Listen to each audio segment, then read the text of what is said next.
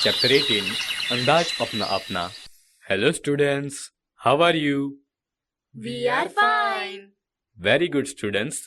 Thinking logically or contemplating about any subject, expressing your point while contemplating is called logical thinking.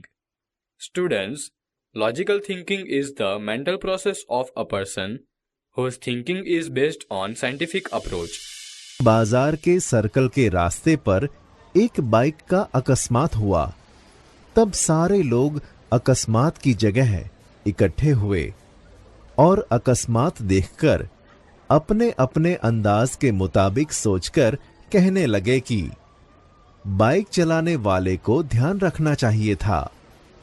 तब दूसरा व्यक्ति बोला कि इतनी बड़ी टेम्पो ट्रक बाजार के रास्ते पर खड़ी रखेंगे तो अकस्मात होगा ही ना। फिर तीसरा व्यक्ति अपना विचार और अनुमान लगाकर बोला कि बाइक चलाने वाला युवान बड़ी तेजी से जा रहा होगा, इसीलिए अकस्मात हुआ। उसके बाद चौथे व्यक्ति ने चिंतन करते हुए कहा, ये तो अच्छा हुआ कि उसने हेलमेट पहना हुआ था, वरना उसका सर फट जाता। Students, in this way, the reasoning power of every human is different, and all people express their views differently. So today, let's see one such unit, अंदाज अपना अपना. दिमागी दौड़। भावेश भाई वकील हैं। वह अपनी पत्नी लीना और पुत्र व्रज के साथ सूरत में रहते हैं। छोटा परिवार सुख का आधार होता है। उनका जीवन भी खुशहाल था। एक बार दीपावली की छुट्टियों में वे तीनों अंबाजी गए। 4 दिन बाद वापस आकर देखा तो चौंक गए। उन्होंने देखा कि घर के बाहर जो बगीचा है उसके पेड़ पौधों के कई फूल पत्ते झड़ गए हैं। घर के अंदर जाकर देखा तो पूरा कमरा धूल से खराब हो गया था। दीवार पर की लीना और व्रज की तस्वीरें भी नीचे गिर गई थीं और टूट गई थीं। बाल दोस्तों, ऐसा क्यों हुआ होगा वे समझ नहीं पाए।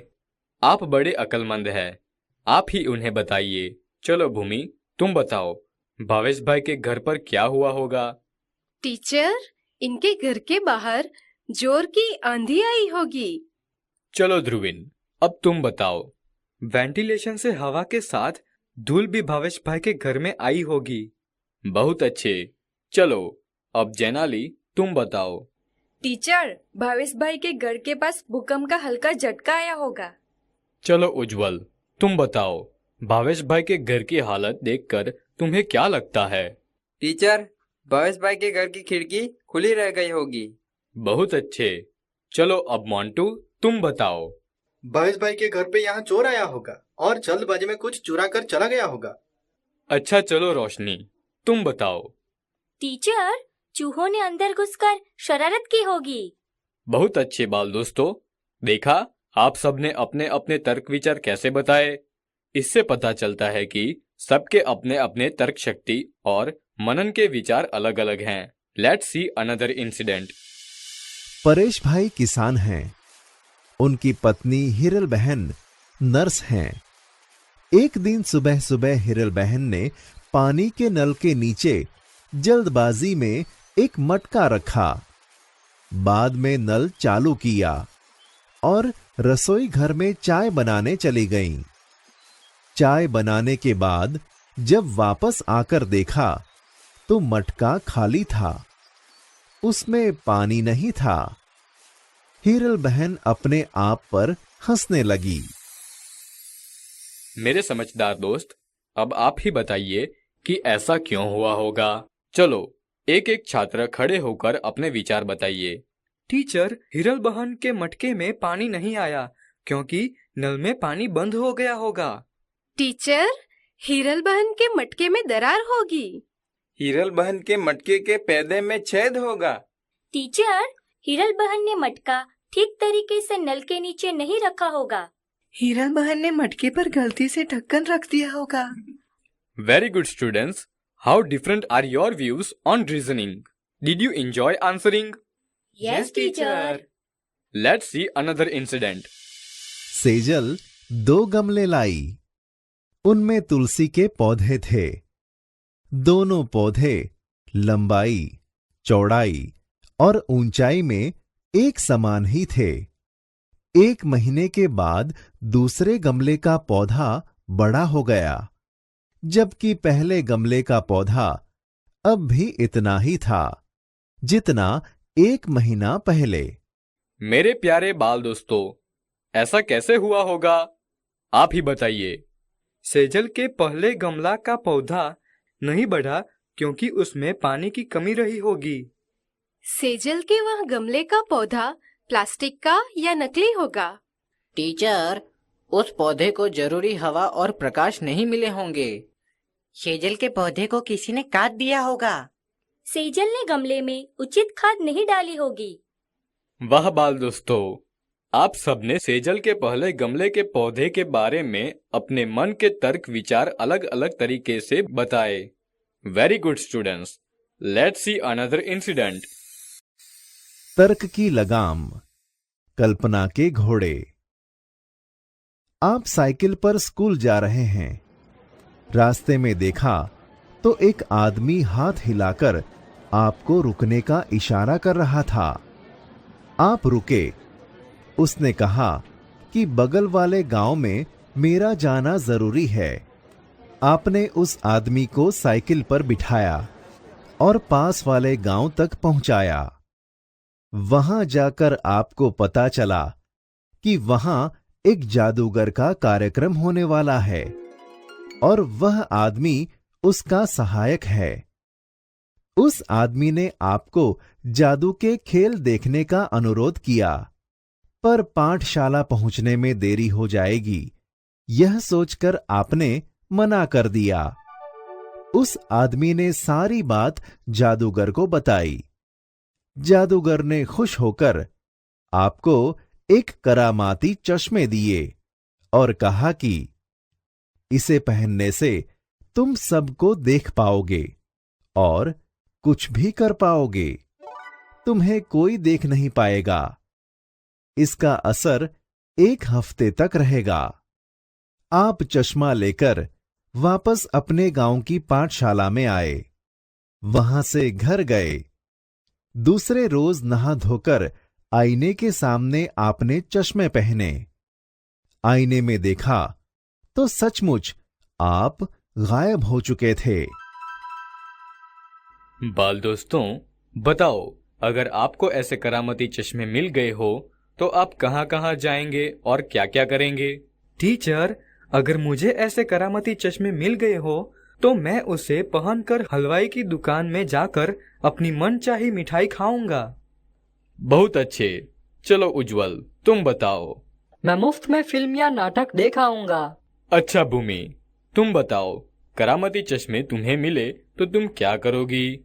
मैं करामती चश्मे पहनकर फुलवारी से फूल तोड़ लाऊंगी। सही बात। चलो मोंटू, तुम बताओ, तुम क्या करोगे? टीचर, करामती चश्मे पहनकर मैं पेट पर बैठकर फल तोड़ तोड़ कर खाऊंगा। बहुत अच्छे। चलो अंशु, अब तुम बताओ। करामती चश्मे पहनकर मैं पड़ोसी के घर की चीजें इधर से उधर रखकर उन्हें डराऊंगा। Very good students. Your thoughts are so different and funny. Let's see another incident. पूरे दिन की पढ़ाई और खेलकूद के बाद रात को आपकी आंख लग गई। नींद में आपने एक सपना देखा। आप घूमते घूमते बहुत दूर निकल गए। आप नदी पहाड़ों के अद्भुत सौंदर्य में लीन हो गए। आपको पता भी न चला और आप चलते चलते जंगल में पहुंच गए। यकायक आपके सामने एक शेर आ गया। शेर को देखकर आपको होश आया। आप घबरा गए। मारे डर के आंखें बंद कर दीं। आपने ईश्वर को याद किया और कहा, काश मेरे पास पंछी की तरह पंख होते तो? तभी चमत्कार हुआ और आपके हाथ की जगह पंख उग आए। आप उड़कर वापस घर आए। आप बड़े खुश थे। जान भी बची और पंख भी मिल गए। सपना टूटा। आपने नींद से आंखें खोली। आपने पाया कि आपको हकीकत में हाथों की जगह पंख मिल गए हैं। तो मेरे बाल दोस्तों, आप बताइए कि आप कहाँ-कहाँ जाएंगे और क्या-क्या देखेंगे? टीचर, मुझे हाथों की जगह पंख मिल जाए तो मैं आसमान में बादल के पास जाकर उन्हें नजदीक से देखूंगा। मुझे पंख मिल जाए तो मैं पक्षियों से मित्रता करूंगा। अगर मुझे पंख मिल जाए तो मैं उड़कर बाजार से चीजें ले आऊंगी। टीचर, मैं पेड़ों पर बैठ के फल तोड़कर खाऊंगा। मुझे पंख मिल जाए तो मैं पहाड़ों पर जाकर आनंद मनाऊंगी। अगर मुझे पंख मिल जाए तो मैं दूर रहने वाले अपने मित्रों के घर जल्दी पहुंच जाऊंगी। Very good, students. Your thoughts are very strong. Did you enjoy? Yes, teacher. Let's see another incident. इस बार आपकी मजेदार और अनोखी कसौटी होने वाली है। एक बड़ा जहाज आपको निर्जन द्वीप पर ले जाने वाला है। यहां केवल मिट्टी, कंकड़ पत्थर, पहाड़ और समुद्री पानी ही है। मेरे बुद्धिमान दोस्तों, वहां एक हफ्ते तक सुख चैन से रहने के लिए आप अपने साथ क्या-क्या ले जाएंगे? उसकी सूची बताइए। एक-एक छात्र खड़े होकर अपने विचार के मुताबिक सूची बताइए। चलो राहुल, तुम बताओ। द्वीप पर सुख चैन से रहने के लिए तुम अपने साथ क्या ले जाना चाहोगे? द्वीप पर सुख चैन से रहने के लिए हम अपने साथ काफी कपड़े ले जाएंगे। खाने के लिए बिस्किट, पॉपकॉर्न, सेव आदि सूखे खाद्य पदार्थ ले जाएंगे। टीचर, हम बादाम, काजू, अंजीर, फल आदि मेवा ले जाएंगे। एक स्टोव भी ले जाएंगे। उस पर खाना बनाने के लिए हम कुकर, आटा, दाल, चावल, मसाले आदि ले जाएंगे। एक हफ्ते तक चले उतना पीने का पानी भी ले जाएंगे। Very good, students. How good and different are your thoughts? Did you enjoy? Yes, teacher. We enjoyed a lot. Very good.